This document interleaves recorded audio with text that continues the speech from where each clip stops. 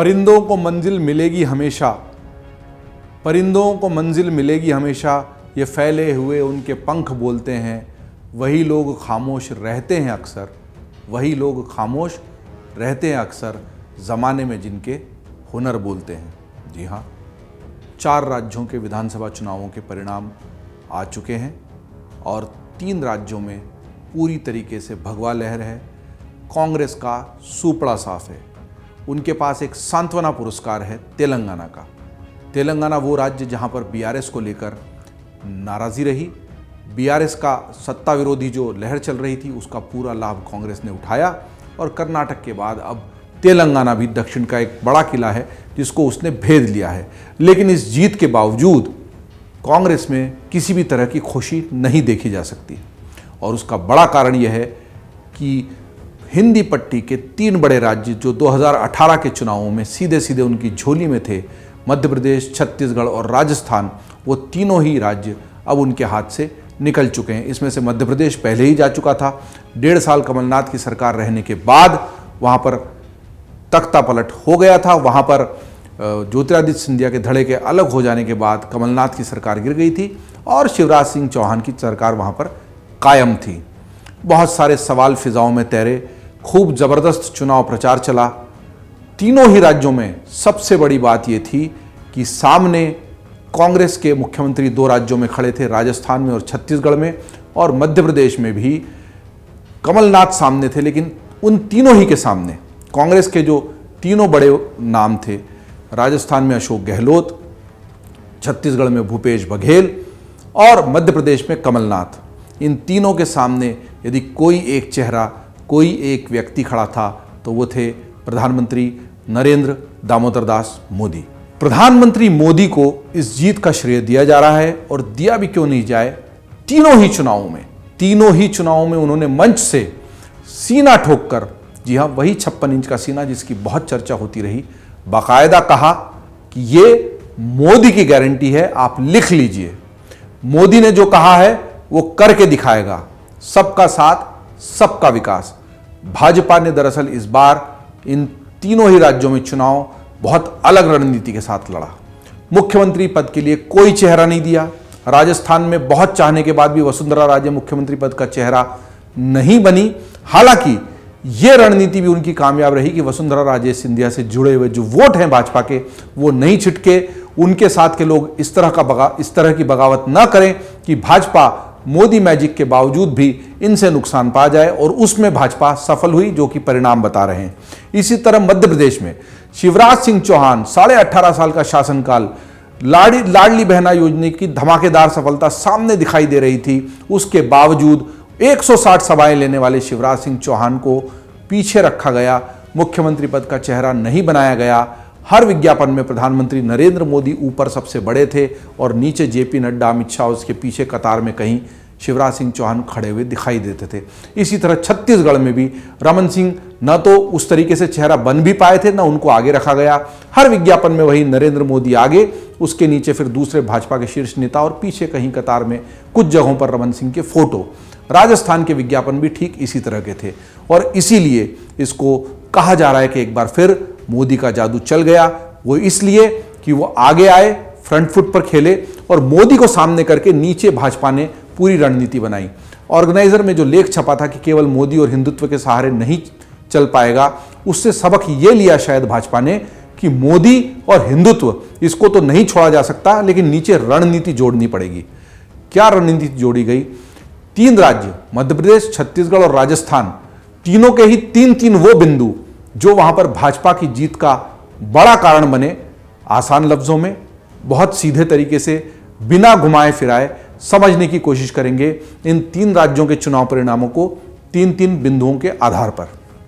सबसे पहले लेते हैं मध्य प्रदेश। मध्य प्रदेश के चुनावों में जो ऐतिहासिक सफलता भारतीय जनता पार्टी को प्राप्त हुई है, 160 से ऊपर का जबरदस्त बहुमत 230 सीटों की विधानसभा में, उसके लिए 3 कारणों में सबसे पहला और बड़ा कारण है लाडली बहना। जी हाँ, मोदी मैजिक एक छतरी है जिस छतरी के नीचे और बहुत सारी छोटी छोटी रणनीतियां लगातार काम करी, लेकिन मध्य प्रदेश में बात करूं तो छोटी नहीं, बहुत बड़ी रणनीति, बहुत बड़ा काम, बहुत बड़ा जादू, बहुत बड़ा असर लाडली बहना योजना ने दिखाया है। बहनाओं से लगातार बात करते रहे, लाडली लक्ष्मी पहले लाए थे, लाडली बहना ले आए, दिसंबर के अंत में इसको लेकर सक्रिय हो गए थे, जनवरी से इसको शुरू कर दिया था, 6 किस्तें जमा कर दी गई थी बाकायदा। इसका सीधा लाभ दिखाई देता है। और मध्य प्रदेश के चुनाव में जब हम घूम रहे थे, अमर उजाला का चुनावी रथ घूम रहा था, महिलाओं की लंबी लंबी कतारें 17 नवंबर के दिन जो दिखाई दी थी, उन कतारों में लगकर महिलाएं किसको वोट दे रही थी, यह पूरी तरह स्पष्ट हो चुका है। तो मध्य प्रदेश का कारण नंबर 1 लाडली बहना। कारण नंबर 2 बड़े नेताओं को, 7 मंत्रियों को और सांसदों को मैदान में उतार देना, कैबिनेट मंत्रियों को और सांसदों को। यह रणनीति इसलिए अपनाई गई थी कि 2-2.5 महीने पहले मध्य प्रदेश की फिजाओं में यह गूंज रहा था कि मामा तो गयो, यानी शिवराज मामा तो गए और कमलनाथ की सरकार आने वाली है। कांग्रेस के पक्ष में जबरदस्त लहर दिखाई दे रही थी। इस लहर को भांपते हुए भाजपा ने खामोशी से इसको सुनने सहने और की बजाय इसको समझा और इसके प्रतिकार के लिए, इस लहर से, इस पूरी जो माहौल बना था उससे निपटने के लिए रणनीति बनाई। उस रणनीति के तहत अचानक बड़े नेताओं को मैदान में उतार दिया गया। इन नेताओं के उतारने से कांग्रेस खेमे में भी खलबली मची। वो सीटें जहां लग रहा था कि बुरी तरह हार हो सकती है, वहां बड़े नेताओं को, उस क्षेत्र पर उनके प्रभाव को देखते हुए, मालवा निमाड़ में कैलाश विजयवर्गीय को, ग्वालियर चंबल में नरेंद्र सिंह तोमर को, इधर महाकौशल और उसके आसपास के प्रभाव को समझने के लिए प्रहलाद सिंह पटेल को, और इसी तरह से सभी नेताओं को मैदान में उतारने से एक माहौल अलग तरह का बन गया। हालांकि इनमें से कुछ नेताओं की स्थिति बहुत अच्छी नहीं रही, लेकिन उसके बावजूद, जैसे फग्गन सिंह कुलस्ते हार गए, लेकिन उसके बावजूद भी बड़े नेताओं को उतारने से जो मनोवैज्ञानिक दबाव बना कांग्रेस के ऊपर, उसने अपना असर दिखाया। और जिस तरीके से माहौल कांग्रेस के पक्ष में था, उसको भुनाने में कांग्रेस नाकामयाब रही। तो दूसरा बड़ा कारण मध्य प्रदेश में बड़े नेताओं को मैदान में उतारना। और मध्य प्रदेश में ही तीसरा बड़ा कारण, जिस तरीके से काम किया भारतीय जनता पार्टी के संगठन और संघ के साथियों ने मिलकर, जो पन्ना प्रमुख की एक अनोखी रणनीति चुनावों को जीतने के लिए भाजपा और संघ लाए थे, उससे आगे जाकर उन्होंने नए आधुनिक जमाने की तकनीक को अपनाते हुए 20-20-20 की रणनीति अपनाई। जी हाँ, 20-20-20 मतलब एक व्यक्ति फोन करेगा किसी को और कहेगा कि ये 20 नाम आपको दिए जा रहे हैं, मुझे भी 20 नाम दिए गए हैं, 19 अन्य लोगों को मैं फोन कर रहा हूं, लेकिन आपको जो 20 नाम दिए जा रहे हैं उनको आपको फोन करना है, घर से निकालना है, और उनके वोट भाजपा के पक्ष के हैं और ये वोट पड़ जाएं, ये आपकी जिम्मेदारी है। ऐसे 20-20-20 की चेन बनती चली गई और इस 20-20 की चेन ने अनोखा कमाल किया कि जो लहर थी, जो बगावत थी, जो किसी तरह की अन्य शंका कुशंकाएं थी, कुछ बगावती जो भाजपा में खड़े हो गए थे, ऐसी बगावत की जिसमें कई बार अमित शाह को सीधे मैदान में उतरना पड़ा, ऐसी बगावत की भूपेंद्र यादव तक से हाथापाई हो गई, उसका सामना करने के लिए अपने वोटर को कैसे भी बूथ तक पहुंचाना और 50% के वोट शेयर तक पहुंचना, जो कि बहुत करीब उसके पहुंची हुई भाजपा दिखाई भी दे रही है। 20-20-20 की रणनीति कामयाब हो गई। तो 2020 का ये अनोखा मैच, अनोखी रणनीति भाजपा ने अपनाई और उससे वो मध्य प्रदेश में जबरदस्त तरीके से सत्ता विरोधी लहर को सत्ता के पक्ष की लहर बनाने में कामयाब हो गई। दूसरा राज्य लेते हैं। दूसरा राज्य है राजस्थान। जी हां, राजस्थान, जहां पर रिवाज है पिछले 30 सालों से, 3 दशकों से, कि कोई भी एक दल लगातार 2 बार सत्ता में नहीं रह पाता। रिवाज तो कायम रहा है, राज बदल गया है। अशोक गहलोत की सरकार जा रही है और भारतीय जनता पार्टी की सरकार आ रही है, लेकिन इस बार जिस तरीके का जोर मुख्यमंत्री अशोक गहलोत ने लगाया था, उससे ऐसा महसूस हो रहा था कि शायद रिवाज बदल जाएगा। और उन्होंने कहा भी कि जब 70 साल के बाद केरल में रिवाज बदल सकता है, तो 30 साल के बाद राजस्थान में रिवाज क्यों नहीं बदल सकता। लेकिन ऐसा हो नहीं पाया। राजस्थान में रिवाज कायम रहा और उसके पीछे 3 बड़े कारण जो हम आपको बताएंगे। उनमें सबसे पहला और सबसे बड़ा कारण तो मोदी मैजिक का ही है। जी हां, मोदी मैजिक की छतरी तो थी ही, लेकिन राजस्थान में मोदी बनाम अशोक गहलोत हो गया था पूरी तरह मामला। मोदी की गारंटी थी और उस तरफ 7 गारंटियां अशोक गहलोत की थी। अशोक गहलोत की 7 गारंटियां हार गई, मोदी की गारंटी जीत गई। दूसरा बड़ा और महत्वपूर्ण कारण राजस्थान का था वोटों का ध्रुवीकरण। जी हां, राजस्थान जातीय समीकरणों से चलने वाली राजनीति है। राजस्थान का जातीय समीकरण बहुत ही महत्वपूर्ण है। पिछली बार 2018 के चुनावों में वसुंधरा राजे ने अनंतपाल सिंह का जो इनकाउंटर हुआ था उनकी सरकार के दौरान, उससे लेकर राजपूत समाज नाराज हो गया था। उधर गुजर और मीणा वोट आपस में मिल गए थे, इसका पूरा लाभ कांग्रेस को मिला था। इस बार सचिन पायलट के अदावत जो चल रही थी अशोक गहलोत से, उसकी वजह से गुजर वोट तो अलग हो गया था, लेकिन बाकी वोटों को, जातीय समीकरणों को साधने के लिए कांग्रेस ने कोई कसर नहीं छोड़ी थी। उधर मुस्लिम वोटों को भी वो लगातार साध रहे थे। इसको देखते हुए भारतीय जनता पार्टी ने वोटों के ध्रुवीकरण की रणनीति और राजनीति अपनाई। उन्होंने हिंदू मुस्लिम का कार्ड खेला। लगातार उदयपुर में हुए कन्हैयालाल के हत्याकांड को लेकर उन्होंने बात मंचों से उठाई। प्रधानमंत्री मोदी से लेकर नीचे तक सभी एक सुर में बात कर रहे थे। जयपुर बम ब्लास्ट की बात लगातार उठाई गई। जयपुर बम ब्लास्ट के साथ ही साथ बड़े त्योहार के दिन हिंदुओं को न मिलने वाली सुरक्षा और मुस्लिम त्योहारों के दौरान उनको मिलने वाली सुरक्षा का मुद्दा उठाया गया। इससे वोट जो जातियों में बटे थे वो धर्म में बट गए। धर्म में बंटना हमेशा से भाजपा के लिए फायदेमंद है। जातियों में बटे हुए हिंदू एक हो गए और वो सब आकर एक साथ वहां पहुंच गए जहां से उन्होंने भाजपा की सरकार बनाने का रास्ता कायम किया। राजस्थान में ही भारतीय जनता पार्टी की जीत का तीसरा बड़ा और महत्वपूर्ण कारण है कांग्रेस से नाराजगी, विधायकों से नाराजगी, मंत्रियों से नाराजगी। मंत्रियों से नाराजगी इसलिए कि वहां पर पेपर लीक कांड हो रहा था। मंत्रियों से नाराजगी इसलिए कि वहां पर खूब भ्रष्टाचार हो रहा था। विधायकों से नाराजगी इसलिए कि जनता के काम नहीं हो रहे थे।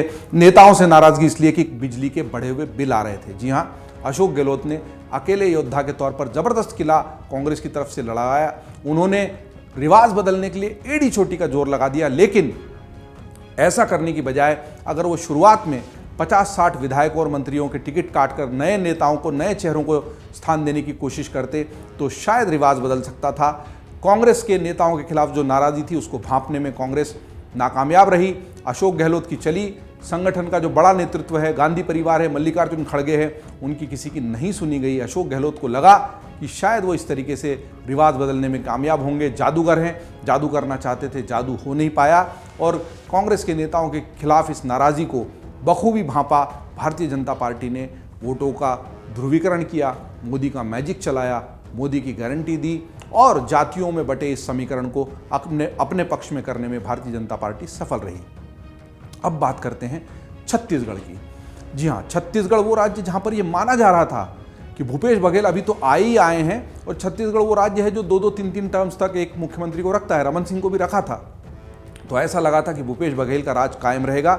लेकिन भूपेश बघेल छत्तीसगढ़ में हारे, उसके 3 बड़े कारण हम आपको बताते हैं। सबसे पहला और बड़ा कारण कांग्रेस का और भूपेश बघेल का अति आत्मविश्वास। जी हाँ, भूपेश बघेल शुरू से अति आत्मविश्वास का शिकार रहे। उनको ये लगा कि उनको हराने के लिए कोई नहीं है दूर दूर तक। जो भी उनके खिलाफ आरोप प्रत्यारोप होते थे या कांग्रेस संगठन की तरफ से भी कोई बात आती थी, वो उसको नकार देते थे। उनको लगता था भाजपा के पास कोई चेहरा नहीं है, उन्होंने काफ़ी काम किया है, वो जीत जाएंगे, लेकिन वो नहीं जीत पाए। दूसरा बड़ा और महत्वपूर्ण कारण है भ्रष्टाचार घोटाला महादेव ऐप। जी हाँ, महादेव ऐप का घोटाला, जिसमें 500 करोड़ से अधिक का घोटाला होने की बात हुई। ठीक चुनाव के दौरान 5 करोड़ से अधिक की नगद राशि मिली। दुबई से जो व्यक्ति आया था उसने खुद कबूला कि पैसे लगातार भूपेश बघेल तक पहुंचाए गए हैं। इसका कोई जवाब ठीक से भूपेश बघेल की तरफ से नहीं आ पाया। वो केवल इसको राजनीतिक षड्यंत्र बताते रहे, लेकिन वहीं वो इस षड्यंत्र का शिकार हो गए। तीसरा कारण जो कहीं ज़्यादा अहम और महत्वपूर्ण है छत्तीसगढ़ में कांग्रेस की हार का, भूपेश बघेल सरकार की हार का, वो है संघ का कामकाज। जी हाँ, राष्ट्रीय स्वयंसेवक संघ ने जिस तरह की रणनीति छत्तीसगढ़ में अपनाई, जिस तरीके से उन्होंने ज़मीनी नेटवर्क तैयार किया, वो अंदर ही अंदर काम चलता रहा। कांग्रेस के लोग अति आत्मविश्वास में डूबे रहे। कांग्रेस के भीतर जो दरार थी भूपेश बघेल और टीएस सिंहदेव के बीच, उसको भी उभारने में और उसका फायदा उठाने में संघ और भाजपा के लोग सफल रहे। दरअसल छत्तीसगढ़ के संघ के नेताओं ने शुरू में ही इशारा किया था कि वहाँ जिस तरीके से संघ काम कर रहा है, चौंकाने वाले परिणाम आ सकते हैं। परिणाम आ गए और छत्तीसगढ़ में भी भारतीय जनता पार्टी जीत गई। तो 3 राज्य, महत्वपूर्ण राज्य, 2018 के चुनाव में तीनों ही राज्य भारतीय जनता पार्टी हार गई थी, लेकिन लोकसभा में जबरदस्त परिणाम भाजपा के पक्ष में आए थे, क्योंकि वोट सीधे मोदी जी को पड़ रहे थे। भाजपा इस व्यूह रचना को अब भेदने में और इस चुनौती का जवाब देने में इन चुनावों के बाद सफल हो गई है कि ऐसा नहीं है कि केंद्र में तो लोग मोदी जी को वोट देंगे, लेकिन राज्यों में और स्थानीय चुनाव में मोदी जी का नाम उतना असरकारी नहीं हो पाएगा और वहाँ पर स्थानीय चेहरा या स्थानीय मुद्दे हावी हो जाएंगे।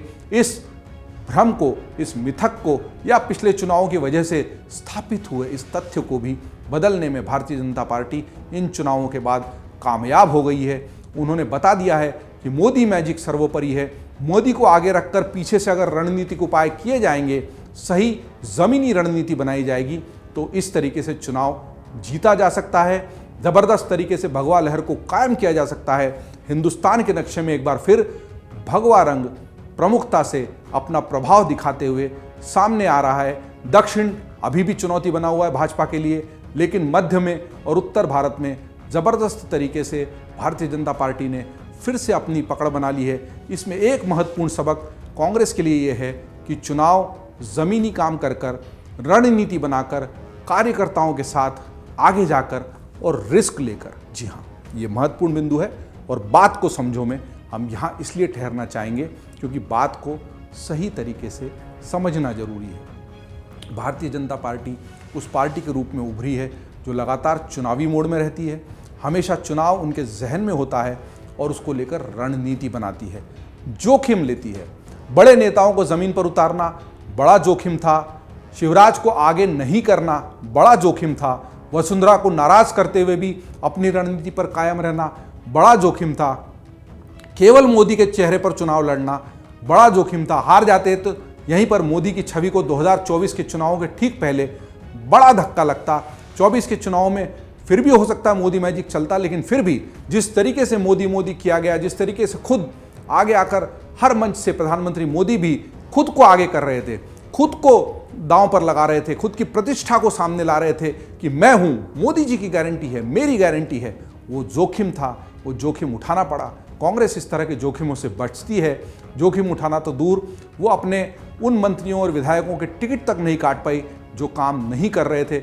लेकिन सोशल मीडिया पर, फेसबुक पर, ट्विटर पर और यूट्यूब पर बहुत सक्रिय दिखाई देती है कांग्रेस। लेकिन केवल सोशल मीडिया पर सक्रिय होने से, आईटी सेल के बहुत सारे लोग बिठा देने से आप चुनाव नहीं जीतते हैं। वह आपकी रणनीति का एक हिस्सा हो सकते हैं। इन्फ्लुएंसर्स आपकी बात को ज़्यादा आगे पहुंचाने की कोशिश कर सकते हैं, लेकिन आप बात क्या कह रहे हैं, उस बात से जनता आपके साथ आती है या नहीं आती है, ज़मीन पर आपका नेटवर्क कैसा है, आप अपने मतदाता को बूथ तक पहुंचा पाते हैं या नहीं पहुंचा पाते हैं, ये बातें ज़्यादा महत्वपूर्ण होती है।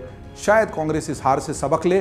फिलहाल तो कांग्रेस को खुद से ही सवाल करने पड़ेंगे, बात को समझना पड़ेगा कि आखिर लगातार उन्होंने जो प्रचार किया, जिस तरीके से उन्होंने अपनी जीत के दावे किए, दिग्विजय सिंह 130 से ज़्यादा सीटों की बात कर रहे थे, अशोक गहलोत ने खुद हमारे साक्षात्कार में 156 से ज़्यादा सीटें आने की बात कही थी। छत्तीसगढ़ में तो भूपेश बघेल लगातार 50, 60, 70 सीटों तक 90 में से आने की बात कर रहे थे, आत्मविश्वास से भरे हुए थे। लेकिन इनको बात को समझना पड़ेगा कि केवल कहने से चुनाव नहीं जीते जाते हैं, करने से चुनाव जीते जाते हैं, और भाजपा ने कर दिखाया है। फिलहाल तो 2024 के लिए ये एक और ऊर्जा देने वाली, नई शक्ति देने वाली जीत भाजपा के लिए साबित होगी और कांग्रेस को केवल तेलंगाना के सांत्वना पुरस्कार से ही संतुष्ट होना पड़ेगा।